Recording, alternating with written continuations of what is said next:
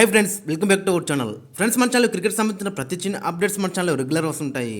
ఇంకా మన ఛానల్ని సబ్స్క్రైబ్ చేసుకోకపోతే ఫ్రెండ్స్ వెంటనే సబ్స్క్రైబ్ చేసుకోండి అండ్ పక్కన బ్లాక్ని యాక్టివేట్ చేసుకోండి. అండ్ అదే ఇంకా మన వీడియోని లైక్ చెప్పితే ఫ్రెండ్స్ వెంటనే లైక్ చేసి మన వీడియోలోకి ఎంటర్ చేద్దాం. ఫ్రెండ్స్ తప్పకుండా లైక్ చేస్తే మన వీడియో మరొకరికి ఫాస్ట్గా రీచ్ అవుతుంది. ఇండియా వర్సెస్ ఇంగ్లాండ్ మరి ఆఖరి టెస్ట్ మ్యాచ్. ఈ 5 మ్యాచ్ల్లో మరి అక్కడ 3 మ్యాచ్లు అయితే మనం సిరీస్ అయితే గెలుచుకున్నాము. ఒక మ్యాచ్ వాళ్ళు గెలిచారు ఫస్ట్ మ్యాచ్లో, ఆ మ్యాచ్ కూడా మనమే గెలుచుకోలేము. అక్కడ క్యాచెస్ మిస్ చేసి కాబట్టి మనం ఆ మ్యాచ్ కూడా ఓడిపోయాము హైదరాబాద్లో. అక్కడ ఓలీపాప్ క్యాచ్లు 2 సార్లు మిస్ చేసారు కేరళకు అక్షర్ పటేల్. ఆ 2 క్యాచ్లు ఆడినా కూడా మనం ఇవారికి 4-4 గెలిచేవాళ్ళము. ఇక 5th టెస్ట్ మ్యాచ్లో కూడా వాళ్ళని మొత్తం గెలిచి వైట్ వాష్ చేసి వాళ్ళ ఇంటికి పంపించటము. కానీ ఆ మ్యాచ్ మిస్ అయింది. ఏదేమైనా కానీ మనోళ్ళు అయితే సిరీస్ గెలిచి మరి ఆఖరి మ్యాచ్కు అయితే బరిలోకి దిగుతున్నారు. ఇక ఈ 5వ మ్యాచ్ వచ్చేసి మరి అక్కడ March 7th నుంచి స్టార్ట్ కాబోతుంది ధర్మశాలలో. ఈ మ్యాచ్కి అయితే కొన్ని ఇంపార్టెంట్ చేంజెస్ అయితే ఉండే అవకాశం ఉంది ప్లేయింగ్ లెవెన్లో. అక్కడ బుమ్రా వస్తున్నాడు అండ్ దేవదత్ పడికల్ కూడా డెబ్యూ ఛాన్స్ ఇచ్చే అవకాశం కనిపిస్తుంది.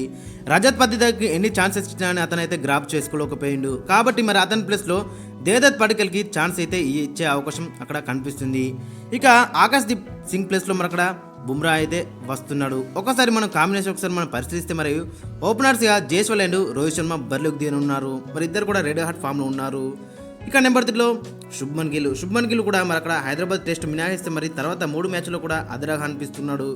ఇక నెంబర్ 4లో మరి రజత్ పడికల్ ప్లేస్లో మరి అక్కడ దేవదత్ పడికల్కి ఛాన్స్ అయితే ఇచ్చే అవకాశం ఖచ్చితంగా 100% కనిపిస్తుంది. ఇక నెంబర్ 5లో సర్ఫరాజ్ ఖాన్ మరి డెబ్యూ మ్యాచ్లో మంచిగా ఆడి కానీ లాస్ట్ మ్యాచ్లో కొంచెం నిరాశపరచని చెప్పుకోవచ్చు. మరి ఈ మ్యాచ్లో కూడా రన్స్ అయితే మాత్రం చాలా బెటర్గా ఉంటుంది. ఇక వికెట్ కీపర్గా ధ్రువ్ జురెల్ కంటిన్యూ అవుతాడు. లాస్ట్ మ్యాచ్ హీరో మరి ఏ విధంగా ఆడినో అందరికీ తెలుసు. మరోసారి అదే ఫామ్ కంటిన్యూ చేస్తే బెటర్గా ఉంటుంది అటు కీపింగ్లో కానీ బ్యాటింగ్లో కానీ. ఇక ఆల్రౌండర్స్ వచ్చేసి మరి అక్కడ స్పిన్ ఆల్రౌండర్స్ జడేజా అశ్విన్తో పాటు అక్కడ కుల్దీప్ యాదవ్ కూడా బరిలోకి దిగి ఉన్నారు. ఇక బౌలర్స్ వచ్చేసి మరి అక్కడ బుమ్రా అయితే కంబ్యాక్ చేస్తున్నాడు. ధర్మశాలలో ఇతను చాలా ఇంపార్టెంట్ అని చెప్పుకోవచ్చు. మరి ఆకాశ్దీప్ ప్లేస్లో ఇతనైతే వస్తున్నాడు. ఇక సిరాజ్ కంటిన్యూ అవుతున్నారు.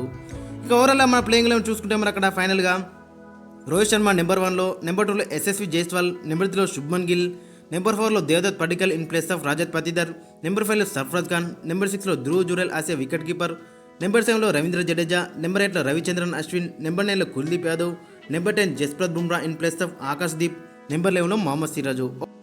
ఇక ఓవరాల్ చూసుకుంటే మాత్రం చాలా డెడ్లీగా అండ్ స్ట్రాంగ్గా కనిపిస్తుంది. ఇక 12 పాయింట్స్ వస్తే మాత్రం చాలా బెటర్ ఉంటుంది. ఏమాత్రం మనం నెగ్లెక్ట్ చేయకుండా మరి ఈ మ్యాచ్ కూడా గెలిస్తే మాత్రం మనకి ఇంకో 12 పాయింట్స్ ఆడ్ అవుతాయి. WTC టేబుల్లో భాగంగా మరి 12 పాయింట్స్ ఆడ్ అయితే మాత్రం చాలా మనకి బెనిఫిట్ ఉంటుంది. ఇక మరోవైపు ఇంగ్లాండ్ కూడా మరి ఆఖరి మ్యాచ్ ఎట్లయినా వేసి గెలవాలని వాళ్ళు చూస్తారు. కాబట్టి ఈ మ్యాచ్ మాత్రం చాలా ఇంట్రెస్టింగ్గా ఉండబోతుంది. ఫ్రెండ్స్, మరి మీ యొక్క ఒపీనియన్ కింద కామెంట్ సెక్షన్లో అయితే మెన్షన్ చేయండి.